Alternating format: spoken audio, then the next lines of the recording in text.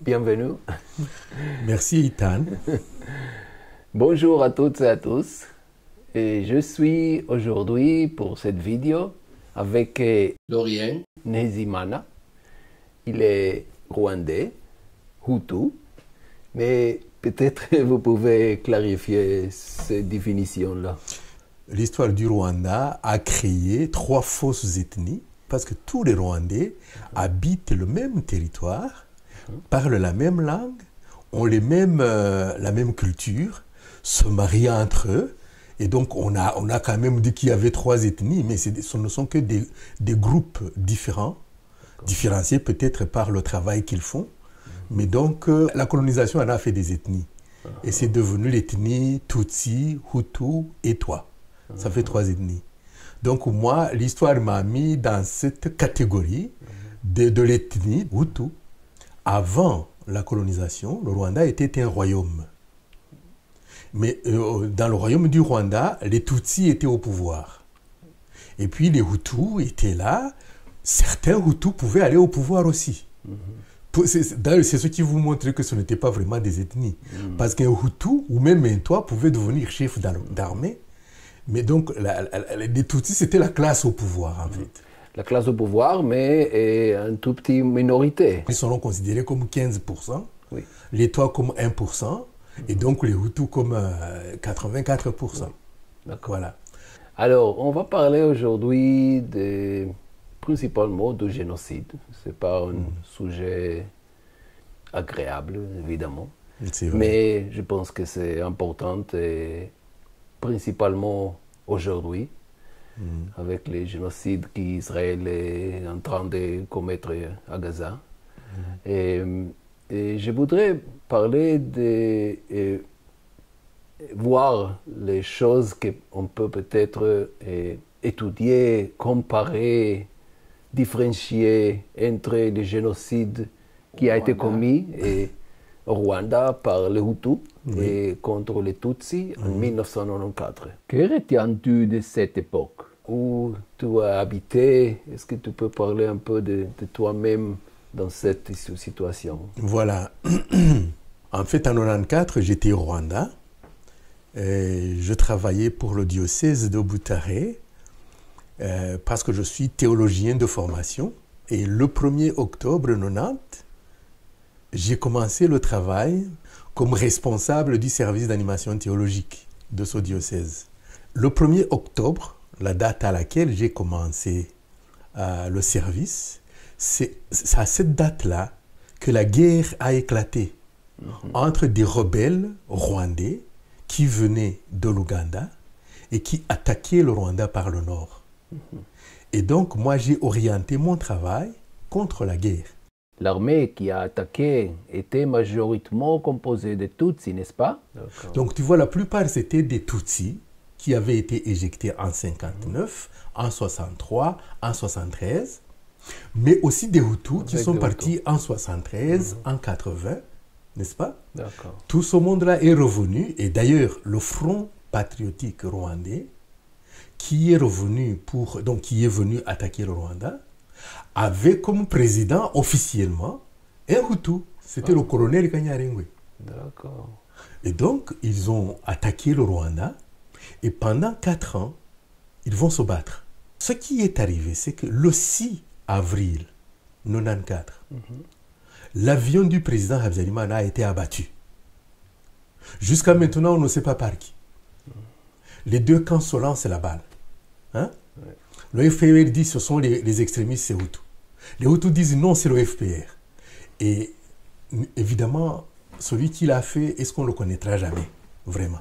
Ouais. Hein? Donc jusqu'ici, il y a eu des enquêtes qui ont donné des résultats contradictoires. Le fait qu'on a tué Habyarimana en abattant son avion, ça a déclenché le génocide. C'est-à-dire que les Hutus se sont dit, ah, on vient de tuer notre président, et c'est certainement les Tutsis qui l'ont tué, nous allons tuer les Tutsis. Et donc, le génocide des Tutsis a commencé le 6 avril 1994 dans la nuit. Mais ce n'était pas seulement les Tutsis. On a tué les Tutsis, mais aussi tous les Hutus qui étaient d'accord avec les Tutsis. Oui. Et il y en avait beaucoup. Il y en avait beaucoup qui voulaient justement partager le pouvoir. Ils étaient considérés comme des traîtres. Ils étaient Pour les considérés comme Hutus, des traîtres par les oui, Hutus. oui. Voilà. Comment avez-vous vécu ces moments avec cette envie de vengeance et toute la colère qu'il y avait? En fait, on peut dire que c'est plutôt la propagande officielle par les médias qui a inoculé et injecté dans les Hutus la haine des Tutsis. Les Hutus avaient plutôt une autre peur. Ils avaient peur que les Tutsis vont reprendre le pouvoir et que donc les avantages qu'ils avaient conquis avec la révolution, qu'ils appelaient la révolution sociale, mais qui était en fait la révolution Hutu, oui, quand ils ont chassé la royauté, qui était considérée comme Tutsi, et que donc ils allaient repartir dans les difficultés qu'ils connaissaient avant la colonisation, où les Tutsis étaient au pouvoir, et que les Hutus sont considérés comme opprimés par les Tutsis. Oui, oui. Il y avait par exemple ce qu'on appelait la radio-télévision Mille Collines, qui justement vraiment instillait la haine du Tutsi dans le cœur du Hutu. Alors il y avait beaucoup d'incitations. D'incitations, oui, oui, oui. Par exemple, tu vois, moi j'étais dans le sud, dans la préfecture de Boutaré, qui était considérée, dans cette préfecture, on considérait que les Hutus et les Tutsis étaient trop mêlés. Et d'ailleurs, les gens du nord disaient, les gens du sud là, surtout de Boutaré et de Gitarama, on ne peut pas leur faire confiance, ce ne sont pas de vrais Hutus. Parce qu'il y a eu beaucoup de métissage entre les Hutus et les Tutsis là-bas. Mais même là, les Hutus de Boutaré vont finir par massacrer les Tutsis et même leurs propres amis à cause de cette incitation, à cause de cette haine qui a été instillée par les médias et les politiciens. Oui, je trouve intéressant parce que oui, pour génocider un peuple, on a besoin, on peut dire, d'incitation, beaucoup d'incitation, de mobilisation médiatique, je vois. Et c'est en Israël aujourd'hui, il y a beaucoup de ça. Les médias se mobilisent. Et ils ne montrent aucune image de ce qui se passe à Gaza. Ah bon? Ni une image. En Israël, les médias ne montrent pas ce qui se passe à Gaza. Rien, ni une image depuis le début de l'attaque israélienne de la souffrance des Palestiniens à Gaza. Alors les Israéliens ne savent pas qu'est-ce qui se passe aux Palestiniens. Il a une idée, ils ont une idée, parce qu'il y a des chiffres, mais on ne voit jamais les cadavres des Palestiniens. Et ils invisibilisent la souffrance des Palestiniens. Exactement. Tu parles d'un mélange entre recherche de vengeance, mais aussi la peur que les Tutsis vont reprendre le pouvoir. C'est un mélange entre les deux. C'est aussi un peu ce qui s'est passé en Israël, qui était vraiment une attaque terrible le 7 octobre par Hamas. Et on tuait beaucoup d'Israéliens et donc des civils. Mais après, il y avait beaucoup on cherchait des vengeances. Et toi-même, comment tu te sentais avec cette attaque meurtrière? Tu n'as pas eu ce sentiment comme tes frères et sœurs et familles? Comment tu te sentais parmi eux? Je me disais, les Hutus, je suis classé dans la catégorie des Hutus, sont en train de massacrer mes frères Tutsis. Et donc, je me suis dit, il faut défendre les deux. Comment ça, les deux? Empêcher les Hutus de tuer, donc les défendre contre le meurtre, et empêcher les Tutsis d'être tués, les défendre contre la mort. Donc je me disais, moi j'appelle ça protéger et la victime et le bourreau. Comment est-ce que je faisais? Je cachais les gens, je nourrissais les gens dans leur cachette, je rachetais les gens à prix d'argent, j'envoyais ce que je pouvais hors du pays, surtout les enfants. Et surtout des Tutsis. Les enfants des Tutsis. Oui, oui. C'était les commandants de la place qui pouvaient donner les permissions de circuler. On voulait que les gens restent là où ils sont pour pouvoir les trouver. Si tu veux les tuer, il faut qu'ils restent sur place. Oui. Vous comprenez? Oui. Et donc, moi, je pouvais circuler en demandant la permission d'un jour, Et je pouvais circuler pour aller chercher de la nourriture pour les gens dont je connaissais les cachettes. Bon, alors, moi... Il se cachait où? Il se cachait chez des voisins. Nous avions mis aussi des gens à la paroisse catholique. Oui. Et à cette paroisse catholique, il y avait un vieux prêtre Tutsi qu'on avait laissé en vie pour qu'il continue à célébrer les messes. Mais comme il n'osait pas parler, c'est moi qui parlais à sa place. Donc moi, je prêchais. Et pendant mes sermons, justement, j'attaquais les tueurs. Et quand j'ai dit ça à l'église, les Hutus ont dit, ce type, il travaille avec l'ennemi. Son discours est en train de le trahir. Et ils se sont mis en tête de me tuer aussi. Donc j'étais recherché. Et moi, je disais, oui, nous allons lutter contre l'ennemi, mais l'ennemi, c'est le Tutsi armé. Ce n'est pas n'importe quel Tutsi. Donc, si vous voulez vous battre avec le Tutsi, allez affronter l'armée. Ce qu'on appelle l'APE, l'armée patriotique rwandaise. Mais tuer des enfants, tuer des femmes, tuer des vieillards, ça, c'est pas du courage, je suis désolé. C'est un parallèle très clair avec la situation à Gaza maintenant, parce que beaucoup d'Israéliens disent que oui, on a tué beaucoup des enfants, des femmes, mais c'est à cause de Hamas qu'ils se cachent derrière des civils. Mais comment les Hutus ont justifié le meurtre des femmes? Comment ils pouvaient justifier ça? Ils avaient une justification terrible. Ils disaient, l'armée patriotique rwandaise qui est en train de nous attaquer, ce sont les enfants des Tutsis qui étaient au pouvoir au Rwanda. Nous les avons laissés s'enfuir avec leurs parents et maintenant ils reviennent les armes à la main. On ne va plus faire la même faute. On va maintenant tuer aussi les femmes et les enfants. Et ils utilisaient une expression terrible. Ils disaient, quand tu tues un serpent, tu n'as pas pitié des plus petits des serpents, parce qu'ils vont grandir. Donc il faut tuer le serpent et ses petits. Wow. Tu vois? C'est terrible parce qu'en Israël, j'attends, malheureusement même dans ma famille, des gens qui justifient le meurtre de tous les Gazaouis, de tout, même l'enfant et les femmes, et oui, de tout, plus ou moins les mêmes justifications. Donc te dire, si on les laisse vivants, ils vont grandir, oui. Et la question va continuer. Donc, si nous voulons résoudre la question une bonne fois, il faut tuer tout le monde.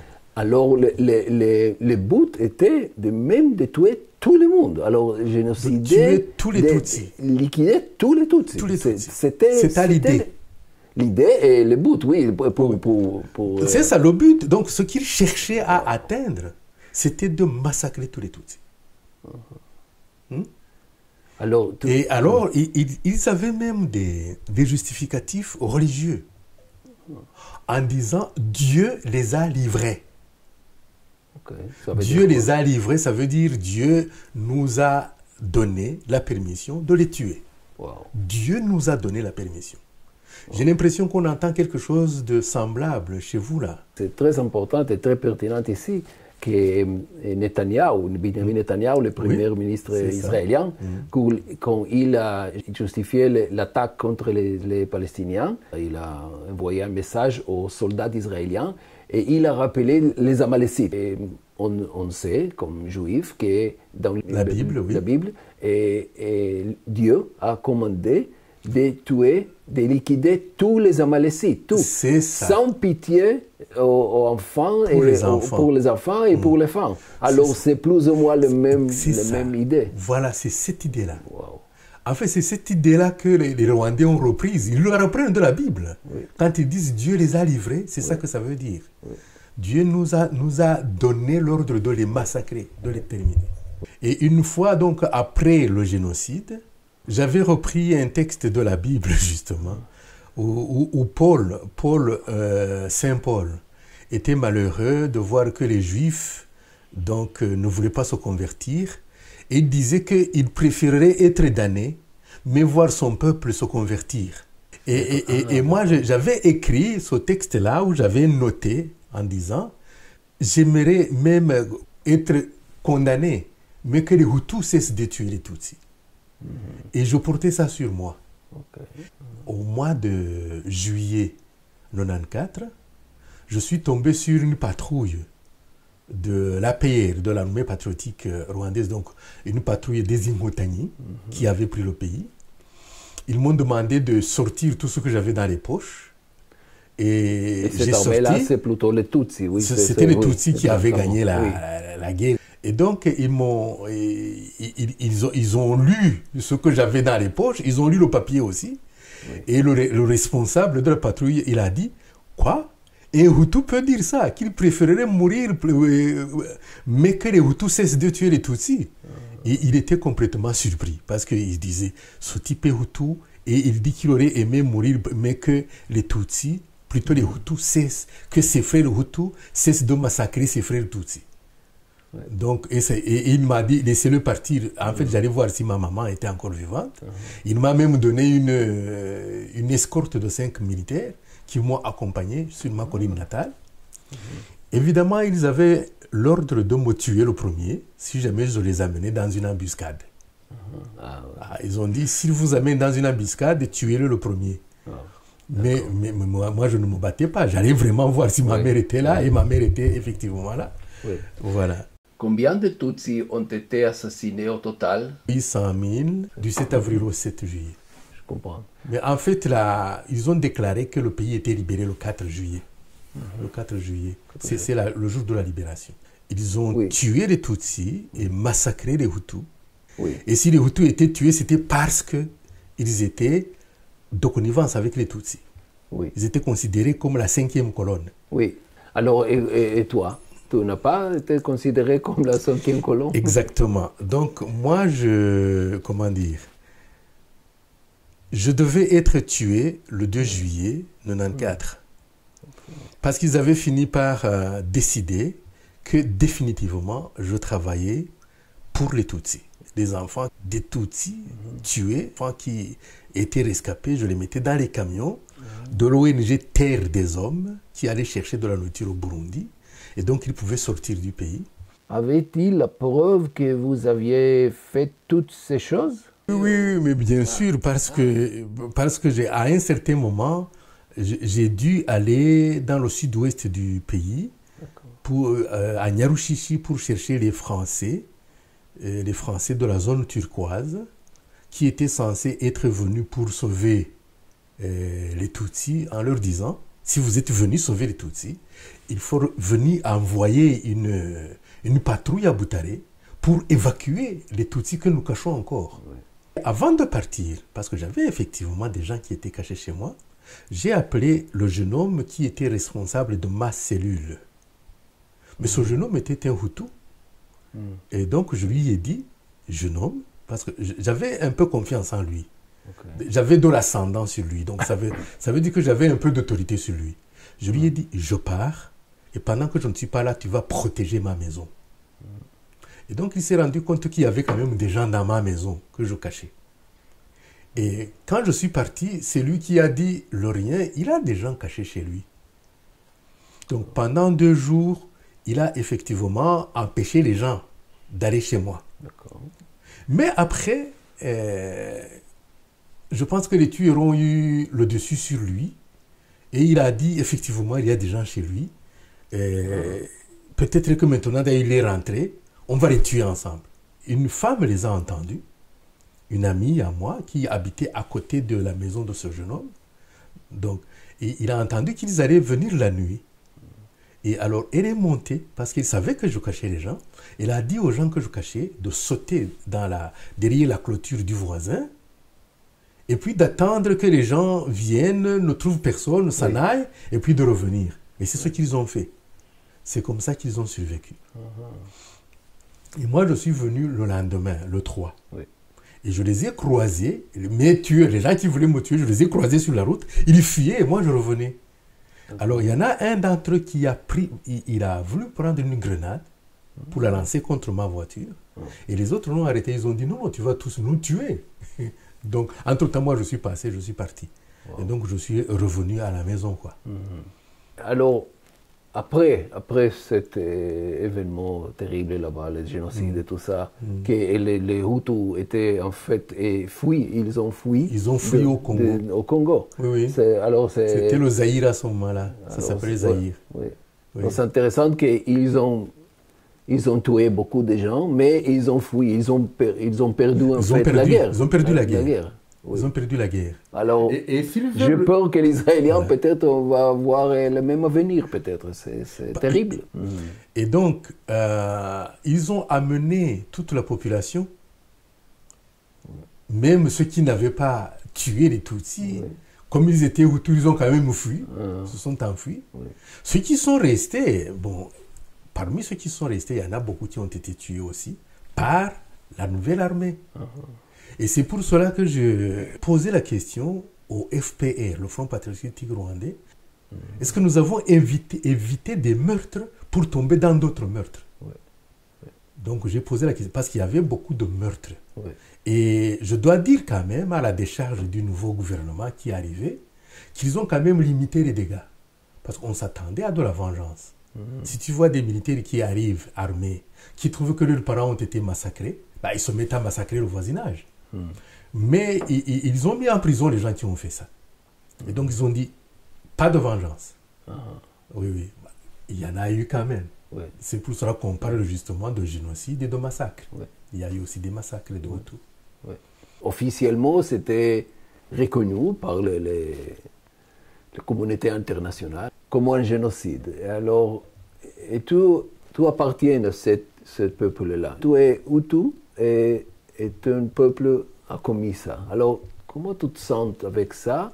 Oui, c'est-à-dire que je porte moi aussi ce crime-là. Donc, on me met aussi sur la tête ce crime-là parce qu'on dit les Hutus. Mais ça, c'est une globalisation. Donc, on globalise sur tous les Hutus, mais je suis justement témoin du fait que ce ne sont pas tous les Hutus.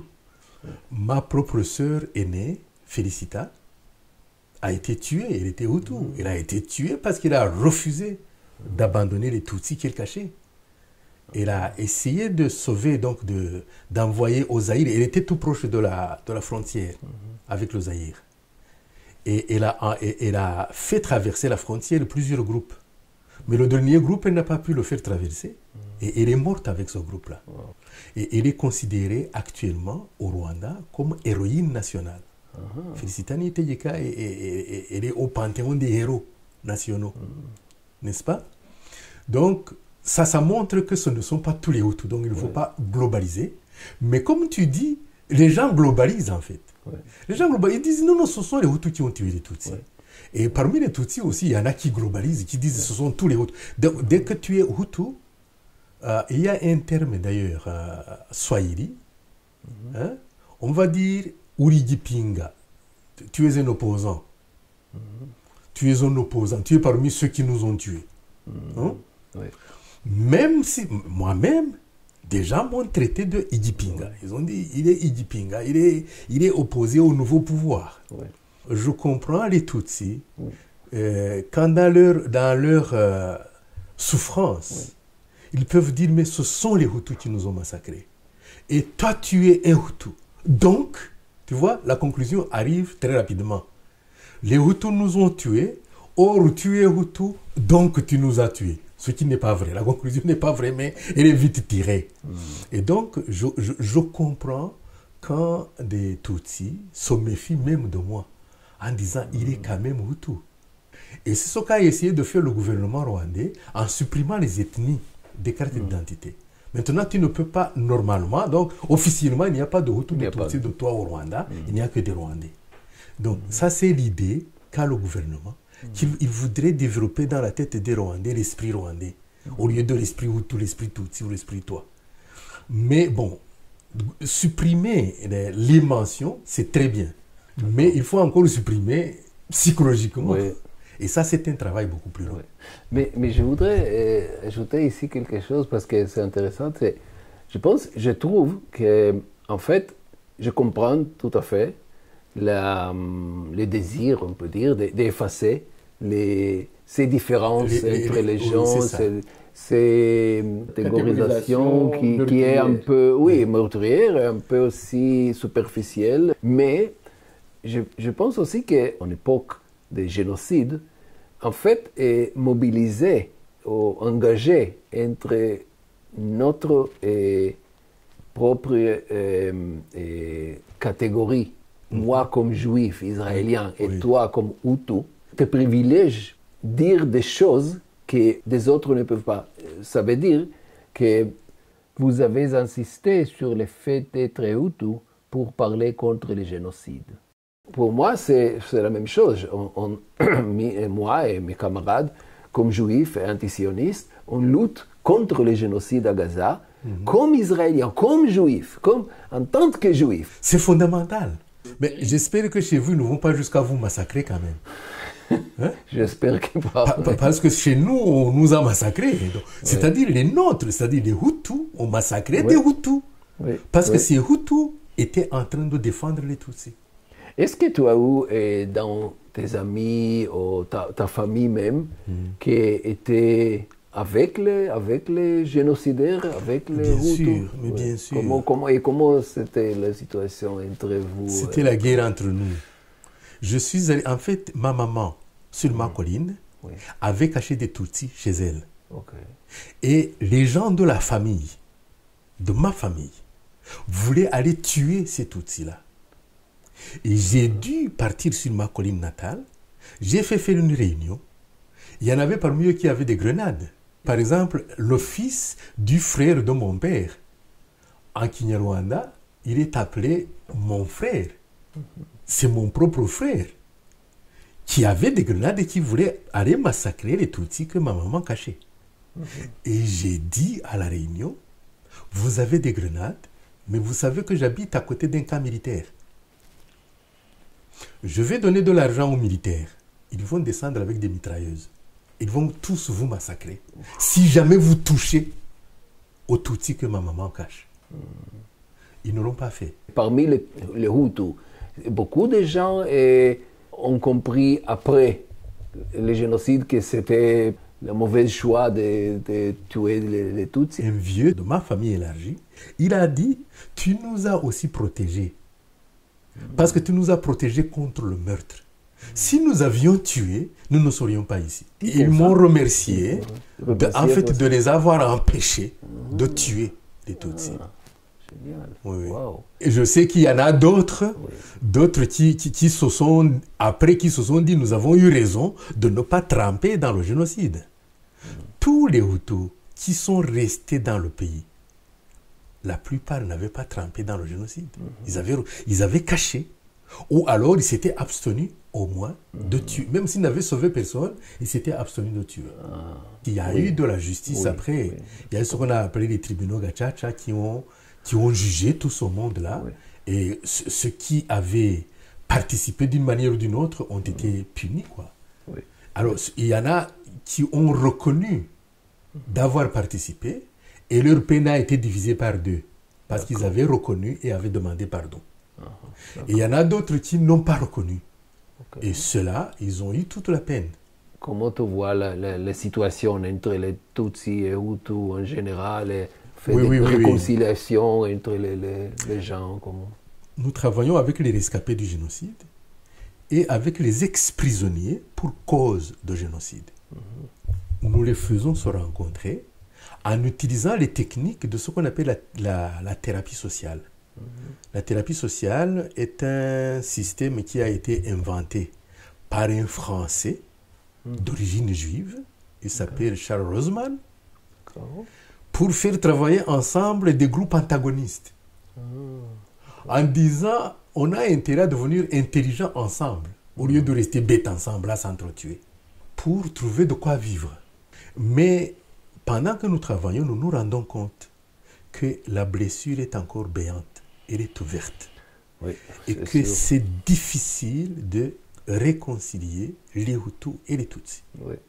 En fait, la tristesse de Saint Paul, et c'est ma tristesse, maintenant c'est ta tristesse, de voir les siens, les tiens, les miens, en train de commettre l'innommable. Et tu ne sais pas les arrêter.